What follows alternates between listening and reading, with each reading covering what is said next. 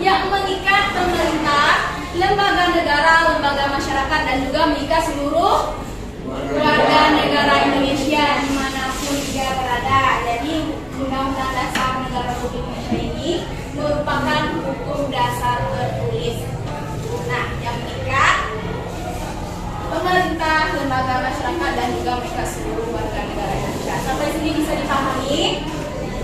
Atau masih ada anak ibu yang belum mengerti? Ada yang bisa ditanyakan? Sudah, nak? Nah, jadi itu adalah pengertian dari undang-undang. Nah, jadi silakan. Saya tidak tahu bagaimana nanti ujian. Nah, jadi silakan belajar Adriana. Nah, berikut mengenai kedudukan dari Undang-Undang Negara Republik Indonesia tahun 1945. Nah, yang pertama sebagai norma hukum. Norma itu apa? Peraturan, kaidah atau aturan. Jadi norma ini adalah kaidah atau aturan. Jadi undang-undang ini adalah terdapatnya suatu peraturan di dalamnya atau kaidah di dalamnya dinamakan dengan norma yang mengikat pemerintah, lembaga negara, lembaga masyarakat, dan juga mengikat seluruh warga negara Indonesia. Nah, yang kedua, sebagai dasar dan garis besar hukum.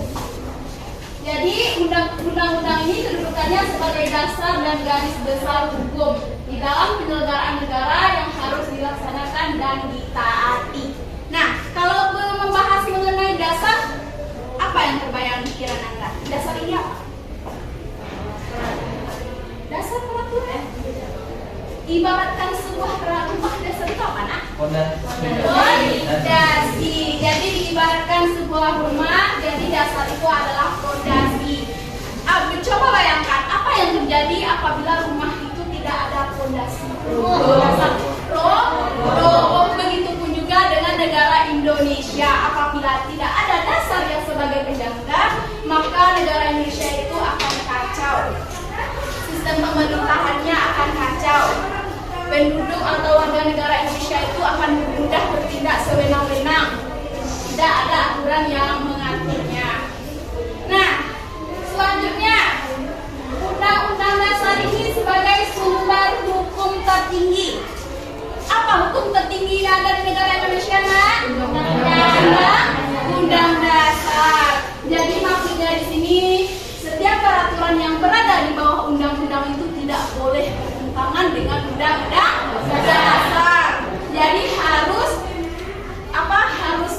sesuai dengan ketentuan dari undang-undang dasar, baik itu seperti undang-undang pemerintah, peraturan pemerintah, peraturan daerah provinsi, perda provinsi, kebijakan dan lain-lainnya yang berada di bawah undang-undang dasar ini. Pernah diamandemen? Nah, sudah berapa kali amandemen undang-undang dasar? 4 kali. Nah, silahkan diperhatikan, ini adalah amandemen atau perubahan yang terjadi pada Undang-Undang Dasar. Silahkan dilihat dan diperhatikan. Amandemen pertama terjadi pada tanggal 14 sampai 21 Oktober tahun 1999 dalam sidang umum MPR. Begitupun sidang keduanya bisa dilihat, sidang ketiga dan sidang keempat. Nah, ini adalah tanggal amandemen dari Undang-Undang Dasar 1945. Sebelumnya Ibu mau bertanya, di dalam amandemen ini yang berubah apa ya? Batang tubuh atau permukaan?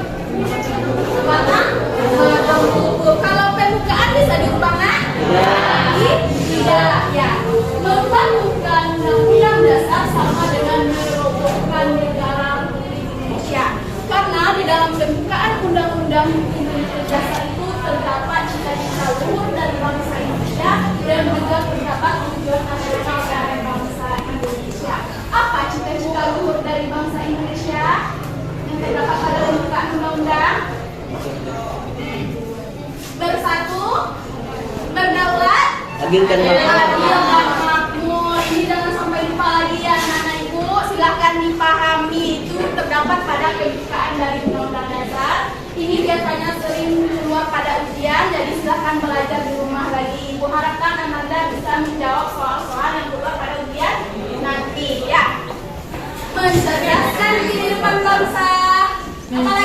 mewujudkan kesejahteraan umum, apa lagi?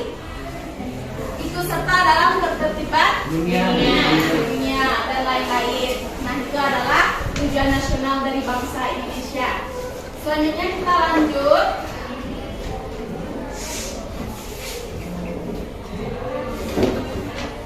Nah, silahkan diperhatikan, silahkan dilihat. Ini adalah sistematika Undang-Undang Dasar Negara Republik Indonesia yang sebelum dan sesudah amandemen. Silahkan dilihat perbedaannya anak-anak ibu. Yang ini adalah sebelum dan di sana adalah setelah atau sesudah perubahan amandemen. Nah, bisa dilihat, bisa jelas ke belakang anak, bisa. Nah, yang pertama bisa dilihat mengenai bagian pembukaannya. Nah, silakan digaris, di LKS juga ada ya. Silakan dipelajari. Nah, yang pertama kita lihat mengenai bagian pembukaan undang-undang terdiri dari 4 alinea. Sesudah perubahan masih terdiri dari 4 alinea. Jadi bagian pembukaan ini tidak ada perubahan ya, tetap terdiri dari 4 alinea. Kemudian bagian kedua, bagian batang tubuh. Nah, bagian batang tubuh ini yang sebelum perubahan yaitu terdiri dari 16 bab, 37 pasal, 49 ayat, 4 pasal aturan pengalihan serta 2 ayat aturan tambahan. Setelah adanya amandemen berapa batang tubuhnya, Nak?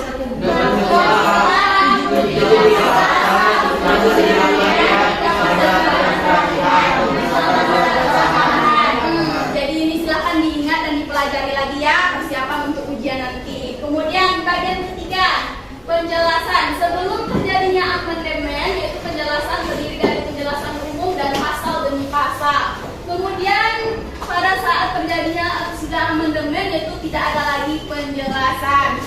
Nah, bisa dipahami sampai sini? Bisa. Jadi silahkan dibaca-baca lagi bukunya di rumah. Dialog kenegaraan presiden pada setiap tanggal 16 Agustus di depan sidang paripurna DPR. Ibu harapkan jangan ada lagi yang lupa ya.